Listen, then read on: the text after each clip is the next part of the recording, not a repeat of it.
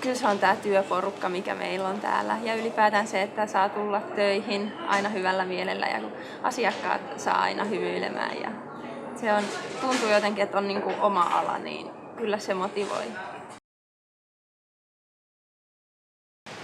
Tänne on ainakin tosi matala kynnys tulla töihin, että mäkään itse en ollut ikinä ennen ollut kaupassa töissä, niin sai heti tulla tänne kassalle.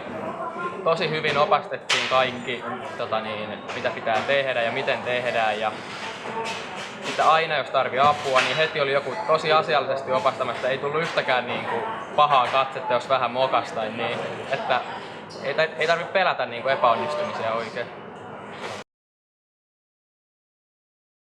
No, mä suosittelen, että jos on mahdollisuus siihen tettiin, niin silloin se on kannattava, että kannattaa siihen osallistua täällä. Niin sit saa siitä jo kuvan, että millaista täällä on työtä.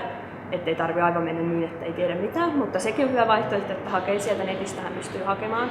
Ja sitten kertoo mahdollisimman hyvin itsestään sinne ja miksi just haluaisi tänne töihin. Ja sitten on tosi iloinen ja positiivinen siinä haastattelussa. Ja niin kyllä tänne pääsee.